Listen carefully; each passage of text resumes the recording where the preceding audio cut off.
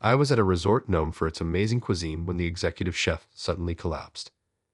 A commotion ensued, and I couldn't help but be concerned. I rushed towards the kitchen. The ambulance arrived quickly, and we were relieved to see the chef conscious. However, another problem arose. The sous chef was also missing. With both head chefs unavailable, the restaurant worried their dinner service would be hampered. We needed to apologize to the guests. At that moment, the manager approached me. "Please, we need your help," she said. "Me? Really?" I was taken aback by the sudden request. Despite my fear, I couldn't ignore someone in need. I nodded in agreement. Little did I know that after having a beautiful guest taste my cooking, she would approach me, wanting to talk. That night would end up being unforgettable.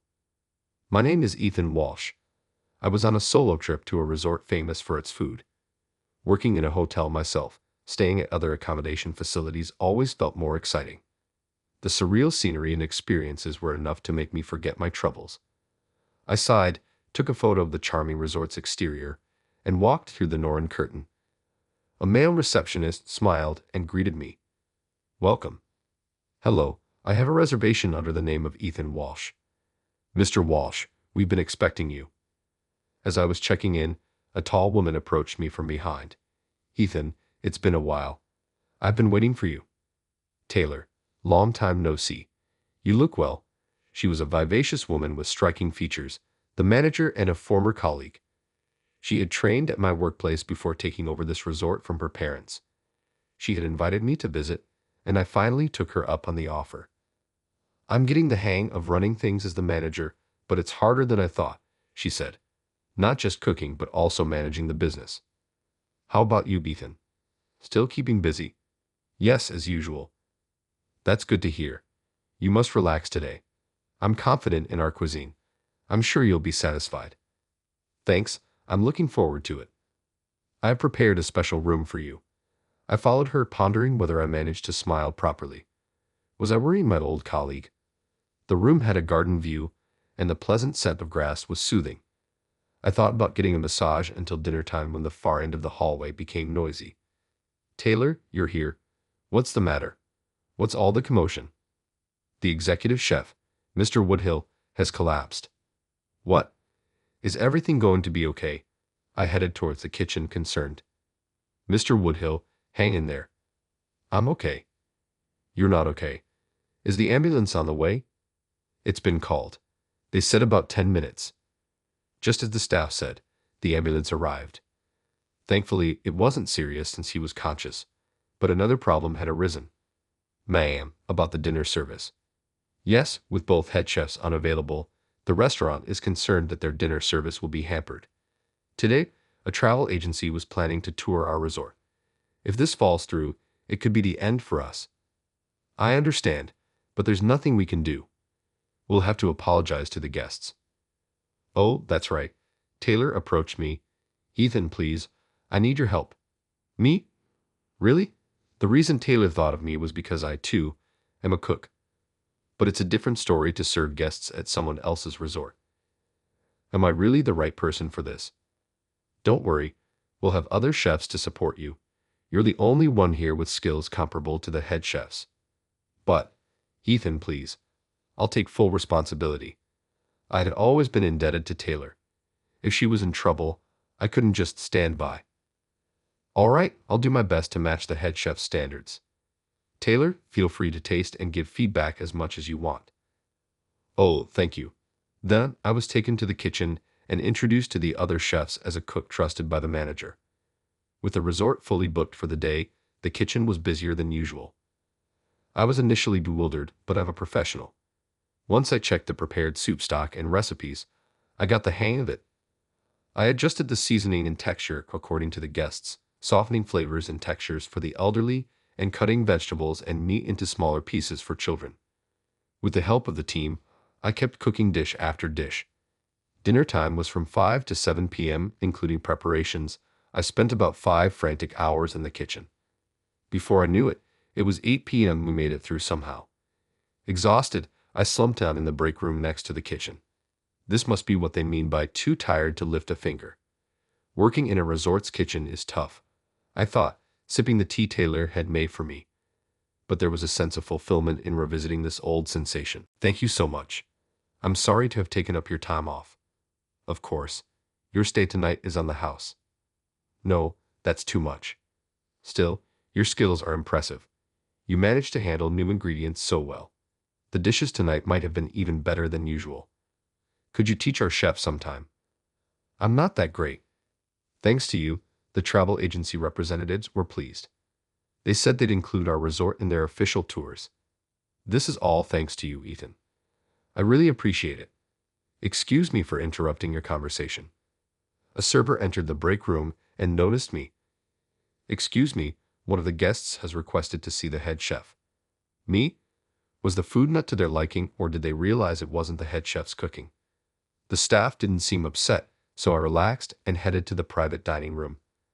Seated at the table was a refined-looking woman, seemingly around my age. Her eyes lit up when she saw me. Was it your cooking? Yes, it was. It was so delicious. I was moved and just had to express my gratitude. I'm sorry for calling you out so suddenly. I'm glad to hear that. Thank you so much. It means a lot to me. Oh, Savannah, Taylor called out to the guest from behind. Savannah, good evening. Good evening, Taylor. I'm glad you could come.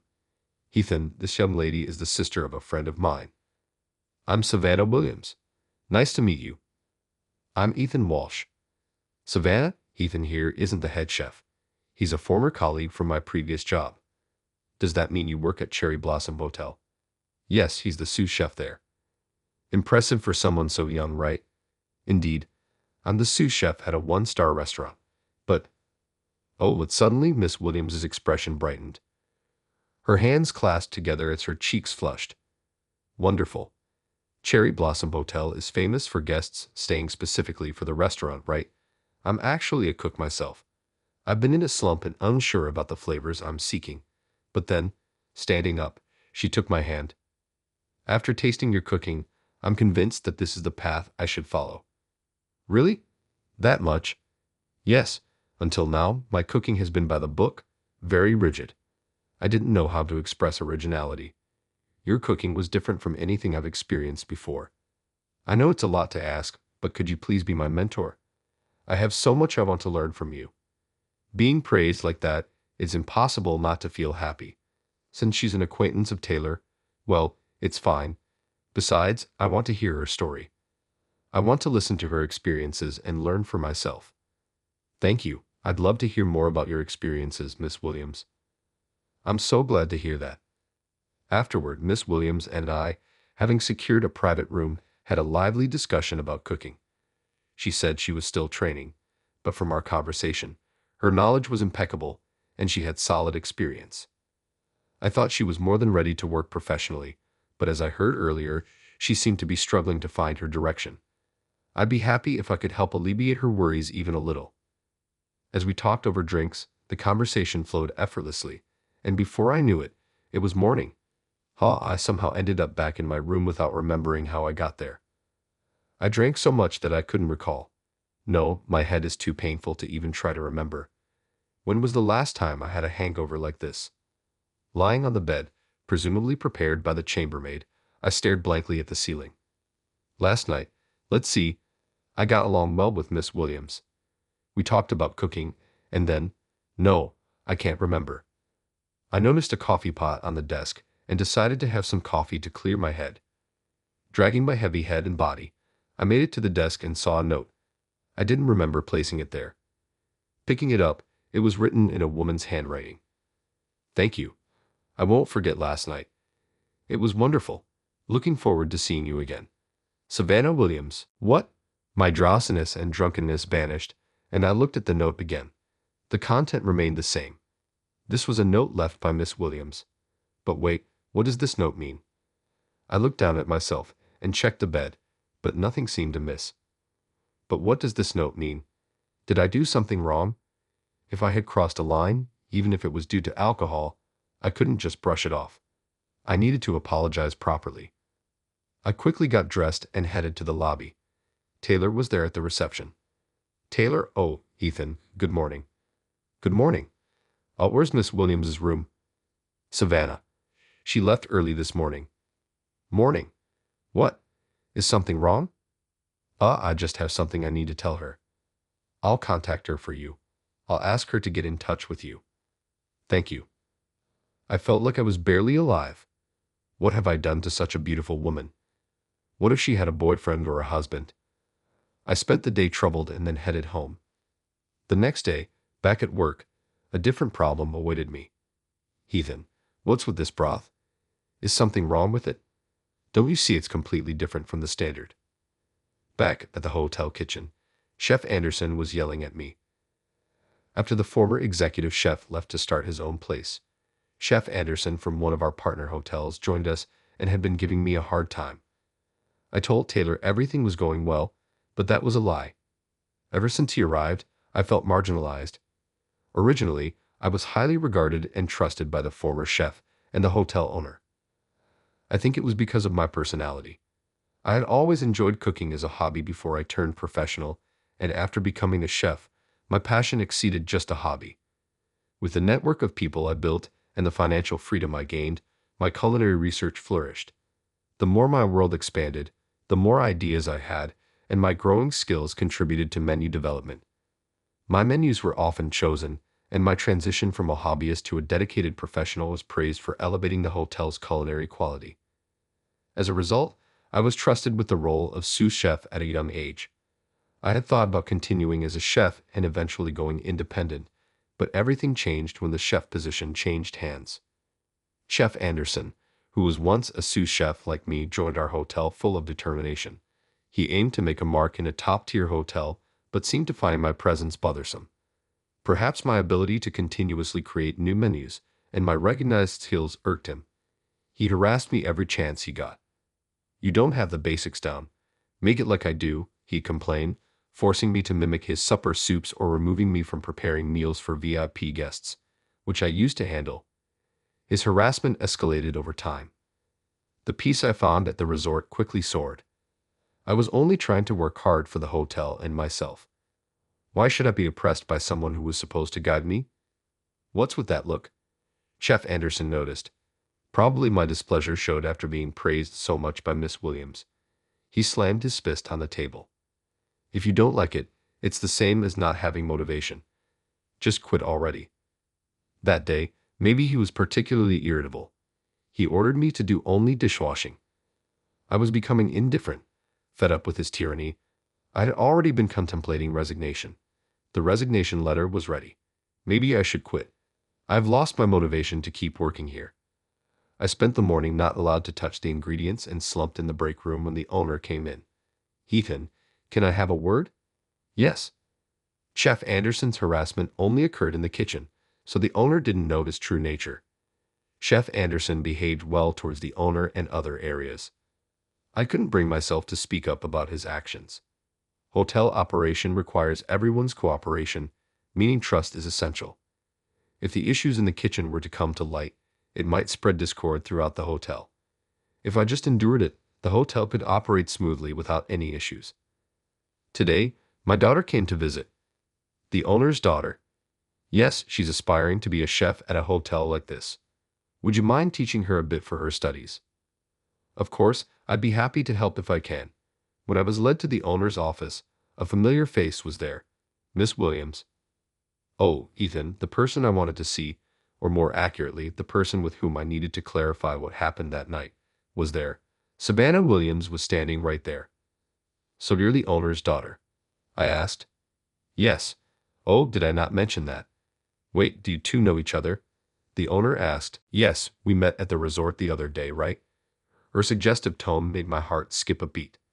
All I could manage was a nod. "Excuse me, Chef Anderson, you've come too." The owner greeted him as he entered the room. He must have been called by the owner. "Nice to meet you. I'm the head chef Anderson." "I'm Savannah Williams. Pleased to meet you. I hear you trained at a 3-star restaurant in France." "Yes, but only for a short time." She had downplayed her skills, saying she was only a novice and had sought advice from me. "But she might be more experienced than I am. Would you mind sharing some of your experiences?" "Yes, and I'd love to hear more about your work too, Chef Anderson." When Chef Anderson sat across from Miss Williams, he started talking fluently. a stark contrast to the unpleasantness he showed me. He was polite and had a pleasant smile. The owner and I also joined the conversation, mainly discussing culinary topics. Being in the presence of others, I couldn't ask about that night. I was distracted and couldn't look directly at Miss Williams. Ethan. Ethan. Huh. Oh yes. Startled, I jumped when Miss Williams called my name. I was asking about your menu. Are you okay? You don't look well. No, I'm fine. Sorry about that. Miss Williams looked puzzled, as if she had no idea what was troubling me. How could she be so composed? Was that night's event not special to her? It's ridiculous that I'm the only one overly conscious about it. Afterward, Miss Williams began visiting the hotel regularly as part of her studies. Chef Anderson seemed quite taken with her, addressing her as Miss Williams and sticking close by her side. The good-looking Chef Anderson and the beautiful Miss Williams made quite a pair. Whispers around suggested they were well matched, and some even hinted at a potential match of beauty and success. Indeed, every time Miss Williams visited, she and Chef Anderson appeared to get along well, engaging in lively conversations. Apparently, there were plans for the hotel group to launch a new restaurant soon, and the menu was to be supervised by Miss Williams and Chef Anderson. Miss Williams was also expected to work at our hotel eventually. Being entrusted with such a significant task as her first job indicated high expectations. Those two, a chef and a rising star, honestly seemed like a perfect match to everyone else. Chef Anderson had a two-faced nature. However, with Miss Williams, he might continue to be kind. The two, celebrated by everyone, left me feeling like an outsider. Of course, that's only natural. The daughter of the owner and just a sous chef like me. Moreover, I'm planning to leave this job soon and will be unemployed. One day, I saw Miss Williams in the break room, a warm towel over her eyes. Miss Williams, are you okay? Is that you, Ethan? Yes, I'm fine. Just a bit of eye strain. Scattered on the table were notebooks, pamphlets, and a notepad. She seemed to be busy moving around, conducting field research, brainstorming new menu ideas, and studying various aspects of hotel management. That's good. Please take it easy and rest when you can. After offering words of encouragement, an idea struck me. The first time I cooked for Miss Williams at the resort, she was so delighted. Maybe if I made something for her now, while she's tired, it could help ease her fatigue. With a sense of urgency to do good, I decided to prepare the same taro dish that I had served her that day, along with the usual staff meals. Back then, I used locally grown garnet yams for the traditional dish. The garnet yams we get at the hotel are different in texture and sweetness, so I adjusted the seasoning to make it as similar as possible. I placed the dish on a tray and headed towards the break room where Miss Williams was. I hoped she would be pleased. No, she would be. She had praised it so much before. I was sure she would light up again. This might be the last dish I make here at the hotel. As I was about to knock on the door with these thoughts, Chef Anderson tapped me on the shoulder. Hey, where are you going with that? Chef Anderson, I was just bringing a snack for Miss Williams. It was clear that Chef Anderson had a fondness for Miss Williams, and I hesitated, fearing a misunderstanding. A snack? You think your cooking will suit Miss Williams' taste? I believe it will be fine. Previously. What? Know your place. Miss Williams is first class. There's no way she would enjoy something made by a fake chef like you. Chef Anderson's hand touched the edge of the tray I was holding, and with a crash, the dish and plates fell to the floor. I was speechless as he smirked at me. Who would want to eat your poor cooking? Get over yourself. You're just an amateur with no skills. Now clean up this mess. That's about all you're good for, trash like you. With that, he walked into the break room where Miss Williams was. I had reached my limit. I loved this job, but working under him was damaging my mental health. I was grateful to the owner and other staff, but I was starting to hate cooking itself. After cleaning up the dish I had made with care, I couldn't focus on my work for the rest of the day. My hand trembled holding the knife, and I couldn't taste anything I cooked. I decided to submit my resignation letter the next day. That night, after the service was over, I was polishing my cooking tools, knowing I wouldn't be using them here again. Lost in thought, Miss Williams entered the kitchen. Ethan, have you thought about any new dishes for next season's menu? Her expectant look was flattering, but it also made me feel guilty. No, actually, I've decided to leave this place. Leave? Yes, so I haven't thought about the menu. Suddenly, she grabbed my arm. Miss Williams gripped my arm with unexpected strength. Let's go for a drink. What? Just come. There's something I want to talk about. Confused by her sudden invitation, I followed along, ending up in a stylish private bar that seemed popular with women. Facing each other, I didn't know why she had brought me here or what to say. As I sat in silence, our ordered beers arrived. Miss Williams forcefully handed me a glass and clinked it against mine for a toast. You haven't been as casual with me as you were when we first met. Her slightly pouting expression caught me off guard. It was natural. After what had happened, I couldn't act the same around her. I didn't know how she felt, but at least for me, is it because I'm the owner's daughter? I couldn't respond immediately. Chef Anderson's words about knowing my place echoed in my mind. I've always loved cooking. I wanted to work in a hotel like my father, but everywhere I went, it was always about my father's name, Mr. Williams' daughter, and that frustrated me. I wanted to be recognized for who I am, not through my father. So to prove myself, I polished my skills and knowledge, and I was proud of my abilities. But something was missing. That's when I encountered your cooking. Then Miss Williams opened up about her feelings, one after another. She admitted to being complacent with her cooking, but realized she still had a lot to learn. She talked about how enjoyable it was to discuss cooking with me and how she felt it was fate that the person who made such an impactful dish was working at her father's hotel. She was happy to have someone who treated her not just as a hotel owner's daughter, but as an individual. I didn't mention my father when we first met because I didn't want you to change your behavior towards me. I wanted to be treated as just Savannah Williams. I'm sorry I kept it from you. There's nothing to apologize for. I don't want to lose you. Her tone was firm, her gaze direct. Her cheeks were flushed, not from drunkenness or shyness, but with earnestness. I want to work with you.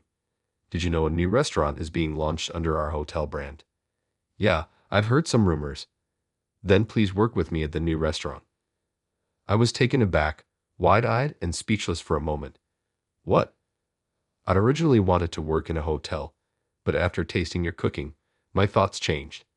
I want to provide first-class cuisine. First class isn't just about being delicious. It's about creativity and catering to the diner's needs.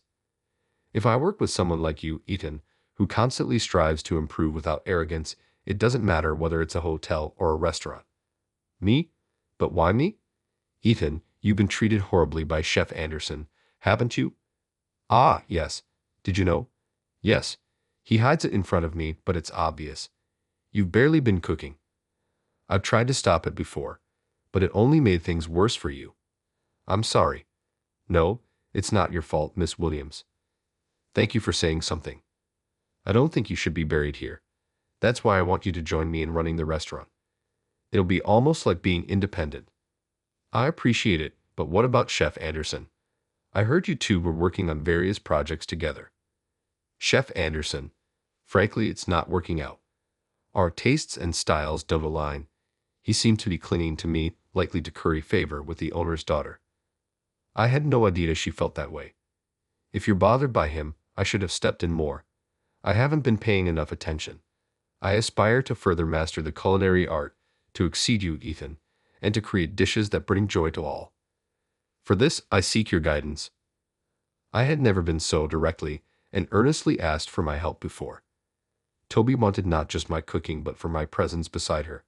You really think highly of me, Miss Williams. Where do you see that? I pride myself on having an excellent eye for talent, Miss Williams said confidently.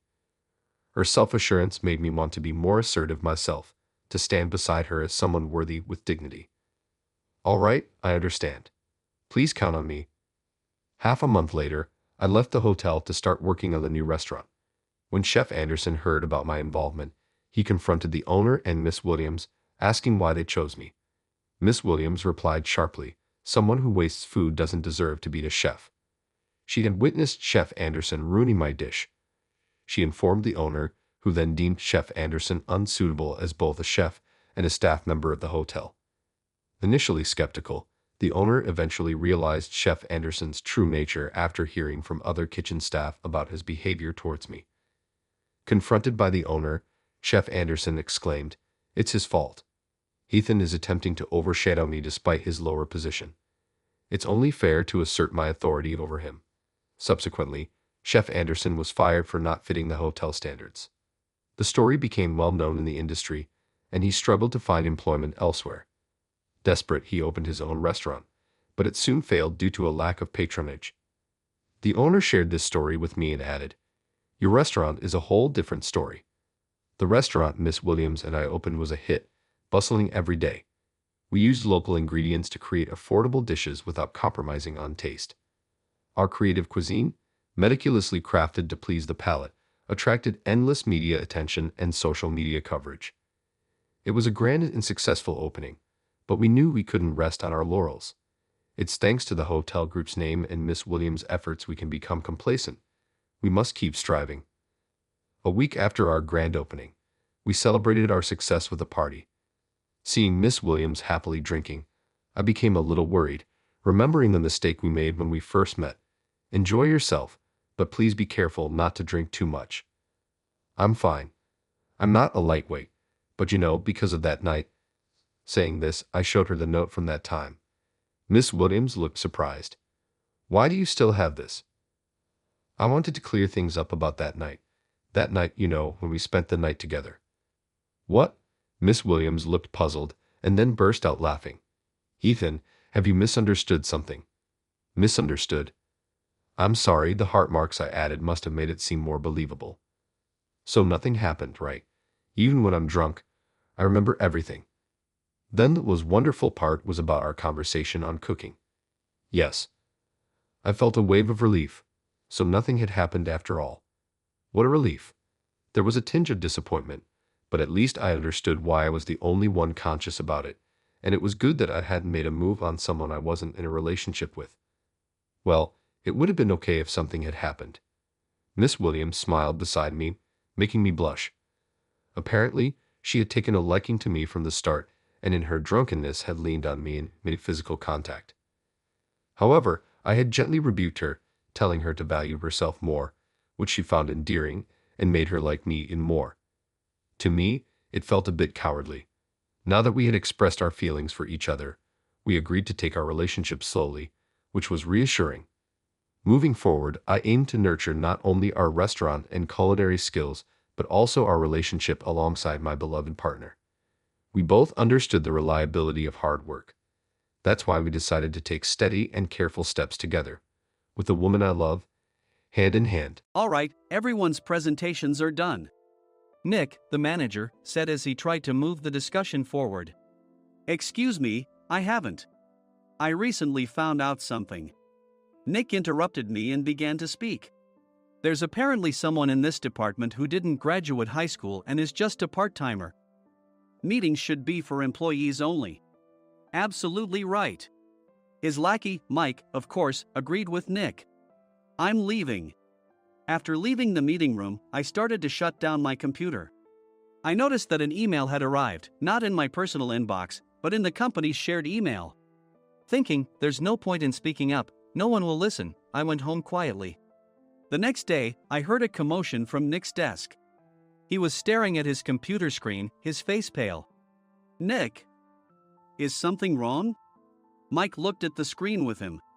And he turned even paler than Nick. Why is he so angry? Knowing the reason for Mike's distress, I thought to myself, serves them right. My name is Adam. My mother passed away when I was in the 9th grade, and I was raised by my father. Well, you could hardly call it being raised. After my mother passed, my father changed. He drowned his sorrows in alcohol, and though he still went to work, he squandered our living expenses on horse racing. Because of that, I had to start working part-time as soon as I entered high school. Every month, I went to the convenience store with bills in hand that couldn't be auto-deducted from my father's account. Even though I endured it because I didn't want to be alone, I reached my limit in my second year of high school and dropped out. I found a live-in job at a distant inn. Thank you for everything.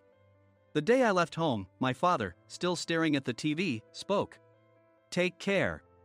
That was our last conversation. Back then, 18 wasn't the age of majority, so I needed my father's permission to work, and I couldn't hide my place of employment. Yet, my father never visited me even once. I kept working just to survive, and before I knew it, I was 42. Years of hard work paid off, and I was transferred to the headquarters. I was thrilled to be recognized by the company, as I thought I'd be working in the field until retirement due to my lack of formal education. Listen up. Our work can change the future of our employees. Don't drag us down. On my first day after the transfer, Nick, dressed in an expensive suit, spoke sternly. There was a reason for this. Our inn was located in a prominent tourist destination, known so well that everyone in the state could sing its commercial jingle. At its peak, we had 5 locations within the state. But that was long ago. Due to financial difficulties and aging facilities, only the place where I had worked for many years and the original establishment remained. I was prepared to lose my job anytime, but now there was a glimmer of hope. With the rise of social media, the tourist area where the inn was located started gaining attention again. Depending on how hard the sales department, where I was transferred, worked, we could either thrive or be forced to give up this prime location to the new hotel chains continuously popping up. For Nick, who had switched careers from another industry to strengthen our sales, this was a battle he couldn't afford to lose. I understood why he had to be strict. I will do my best. Nick sneered at my enthusiastic declaration. Did you not hear what I said? I'm sorry. I thought I was listening carefully. Out of habit from years of customer service, I apologized reflexively, though I had no idea what had offended him. Someone was watching me with a smirk. In this department, there are those who are expected to excel and those who have been shoved here because they have nowhere else to go. You are the latter. It was Mike, the section chief. He's 7 years younger, at 35. But he was called to headquarters much earlier than I was and had been moving around within the headquarters ever since. I'm not jealous, but I can't accept that he's my boss. Graduating from a prestigious university, he has an unusually high pride and caused many problems as a newbie, making things very difficult for me when I was the front desk leader. When I found out Mike was transferred to the sales department a month before me, I was disheartened. Mike is right. With just a middle school diploma, there's not much you can do. Don't even think about achieving results. As if I didn't exist, Nick remarked, I'm thirsty. Mike eagerly ran to the coffee maker. It seems Mike is Nick's lackey. I regretted being happy about my transfer to headquarters, wishing I had stayed on site forever. Send a direct mail to every company on this list by the end of the day. Nick only assigned me tasks that even a new graduate could handle. What? There are over 1,000 companies. You want me to send to all of them by today? Yes, if you and your fellow misfits split the work, even those with nowhere else to go should finish by today. I glanced at the employees typing away expressionlessly. They were worn out from customer service, only thinking about leaving on time, or were women reassigned after having children, with zero motivation for work. Even Sam, a new graduate from the same university as Mike, who was supposed to be among the expected achievers, had no enthusiasm for the job, having joined the company wanting to do customer service. I don't care what they say, I plan to quit anytime, he said. Only Nick and Mike were highly motivated, making all the decisions between the two of them. I originally only wanted to work at the inn to survive and had no particular attachment to this job. I swallowed my words, thinking I had no right to reprimand them. About a month after the transfer, Nick told us with a frustrated look. To commemorate the 50th anniversary, we've decided to create a plan exclusive for one group per day. Originally, Mike and I were supposed to come up with it, but our president, Mr. Thompson, insists on hearing everyone's opinions. So, you all get a chance. As Nick explained, Mike began handing out prints. Make sure not to embarrass Nick. If your ideas are half-baked, you'll have to redo them. It seemed that they had printed his handwritten notes by Mr. Thompson, which included several questions and a section for free responses. It made sense why Nick had to seek our input, given that all responses had to be submitted to Mr. Thompson. We were given a week to think about it, and a meeting was scheduled to compile our ideas. My plan is to let guests enjoy both the old and modern America. Nick began the presentations. Guests would watch a master confectioner at a nearby traditional sweet shop make sweets in front of them. The welcome drink would be premium tea in a bottle. Nick's plan was certainly attractive. After his presentation, Nick called on us to present in the order we were seated. Just as I stood up for my turn. All right, everyone's presentations are done. Excuse me, I haven't. I recently found out something. Nick interrupted me. There's someone in this department who didn't graduate high school and is just a part-timer. He was likely talking about me. I joined the company as a part-timer and was made a full-time employee when I turned 20. That was 20 years ago, so Nick and Mike probably had no chance to know until recently. Meetings should be for employees only. Absolutely right. After that, Nick kept creating opportunities to solicit everyone's opinions, purposefully excluding me from speaking. The meeting unexpectedly heated up and went past the scheduled end time. A few people asked to leave, and the discussion continued with the remaining few. Still here? Normally, you'd leave in that situation. Though I had no attachment to the job initially, hearing kind words from customers made me want to make them happier. For someone like me, with nowhere to go, the inn was my home and customer service was my life. I felt pathetic about my current self. I'm leaving. I left the conference room and started shutting down my computer. I noticed an email had arrived, not in my personal inbox, but in the company's shared email. Thinking no one would listen to what I had to say anyway, I quietly went home. The next day, while preparing the DM as instructed, I heard a commotion from Nick's desk. In his haste to stand up, he hit his knee on the desk. He stared at his computer screen, his face pale. Nick! What's wrong? Mike, thinking he should be the first to rush over, approached Nick while still wearing his coat. He peered at the screen with Nick. And he turned even paler than Nick. Why is he so angry? Who is responsible for this company?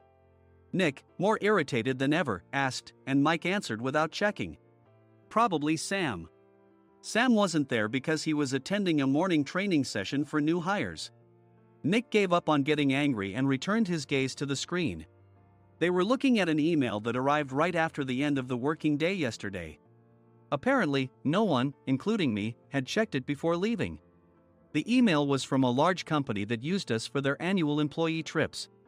The president and executives of that company also frequently used our services personally. President of the company, Mr. Mason himself had declared that neither he nor his company would ever use our services again. Well, some companies cancel their employee trips or stop using our services due to financial struggles. Let's just move on. Mike kept wiping the sweat from his forehead with a handkerchief. Knowing why Mike was so agitated, I quietly watched their interaction. Do you know how much revenue we get from that company? We can find other guests to fill the rooms, but we'll lose the banquet costs, gift shop revenue, rental car fees, and more. Moreover, the gifts were supposed to be prepared by the traditional confectionery shop involved in Nick's proposed plan. If it's known that we incurred such a huge loss at this critical time, Nick's position in the company would be jeopardized. Nick took a deep breath, seemingly trying to calm himself. All right, Mike. Go to New York right now and apologize to Mr. Mason. What? You're coming with me, right? I have urgent work to do.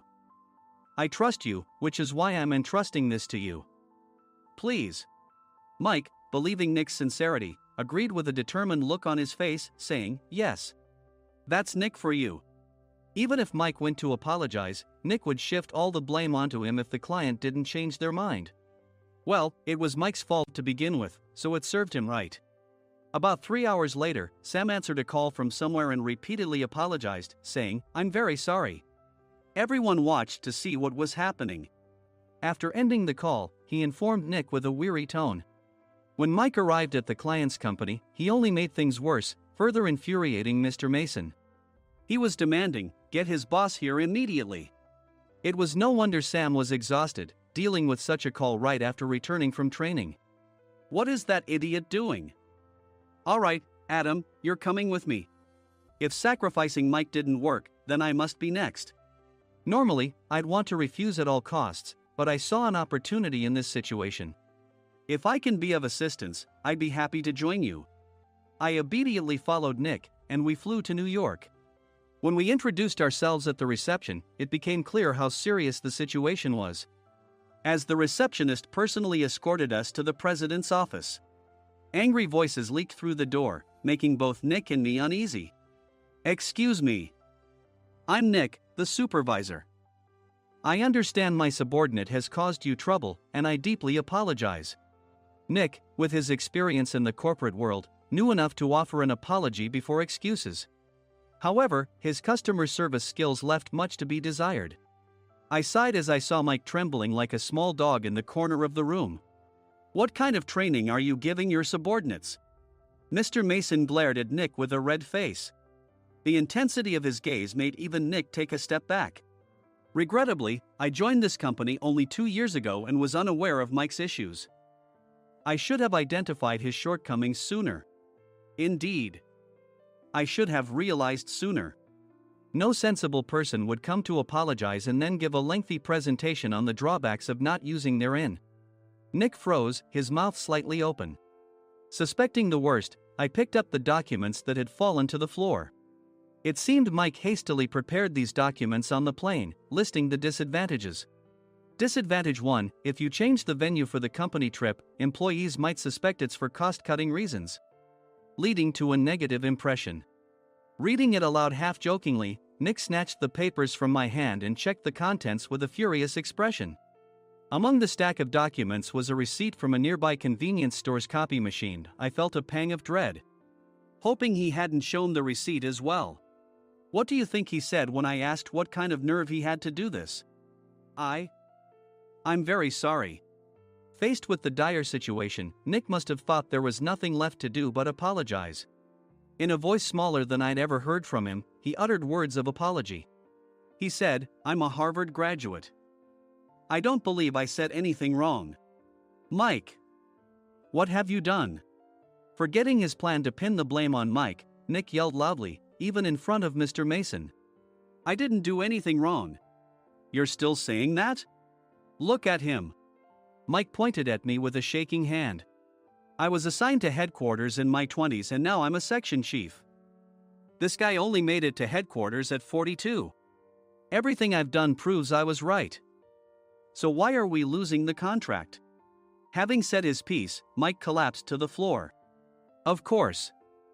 You were sent there because you had nowhere else to go." Mike never expected to hear such words from someone he looked down upon. He lunged at me, and Nick hurriedly stepped in to stop him. "Mr. Thompson told me Mike is a quick thinker, and to take good care of him." There's no way he was pushed aside. "Don't make things worse here." "He didn't say quick thinker, he said only quick-witted, didn't he?" I don't remember that part." I recalled the many troubles Mike caused when he was a newbie. When Mike was on the front line, his pride was so high that he never apologized to customers. Customer service, especially in our job, doesn't work alone. It brings both good and bad situations.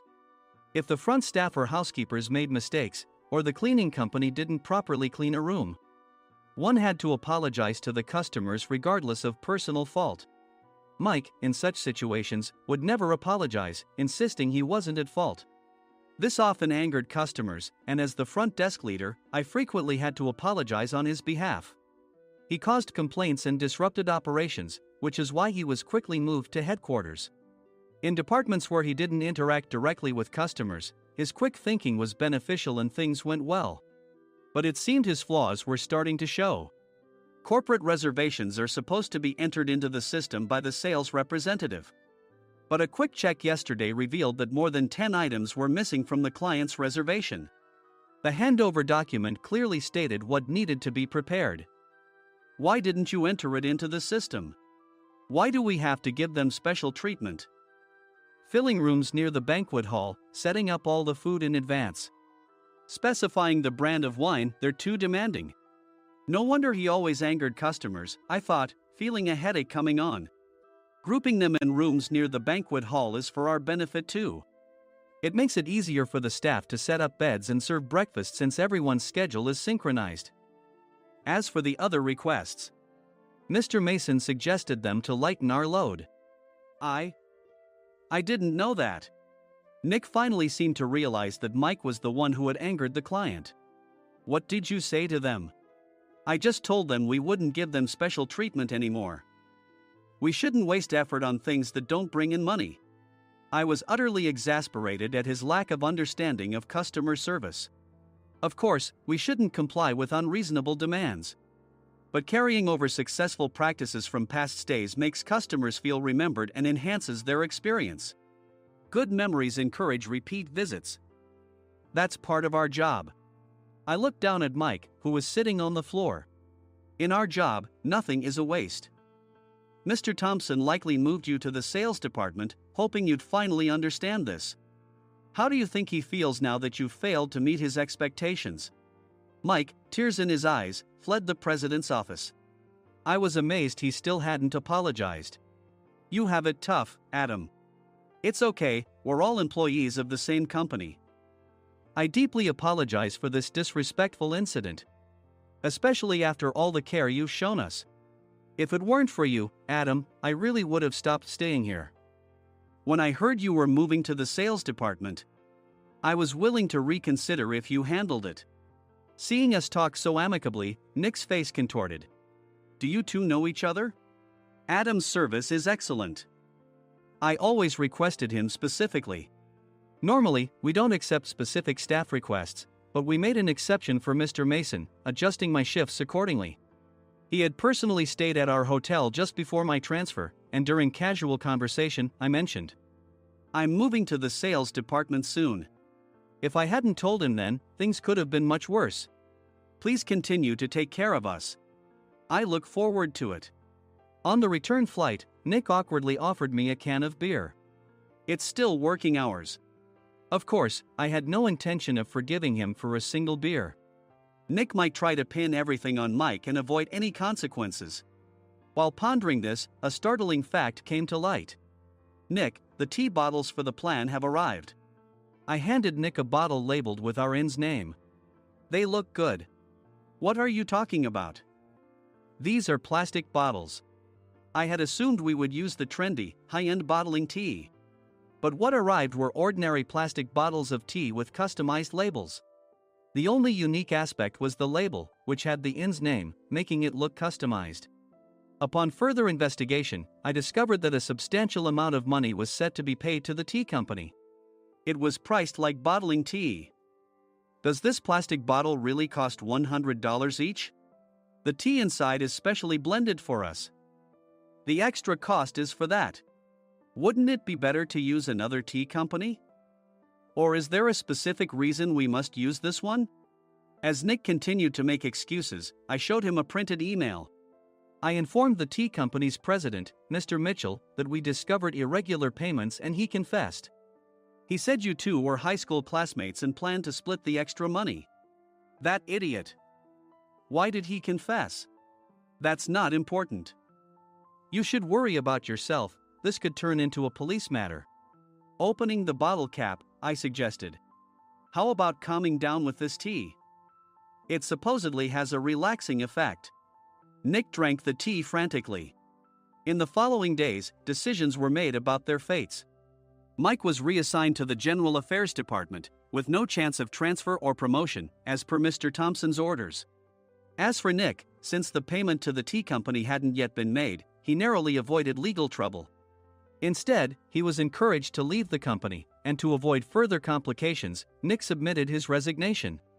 Rumor has it that connections between HR departments have made it difficult for him to find new employment. Even though it was good to have those two gone, something unexpected happened in the sales department. Everyone became motivated and united in refining the 50th anniversary plan. In the end, my plan was adopted. We collaborated with the Tourist Information Center to provide personalized guides. The plan, tailored to the number of guests, was truly special for the 50th anniversary. Hey, is Adam's family coming to stay? I immediately booked that special plan for my family. Sam noticed it on the reservation list and quickly picked up on it. Yes, I'm inviting my father. That's great. I might invite my parents too. I lacked the courage to face my father just as Adam. But here, with the confidence Mr. Mason praised, I felt ready. The 50th anniversary plan was a perfect opportunity to reconnect with my father. I hoped to bring back the days when we could laugh together as we once did.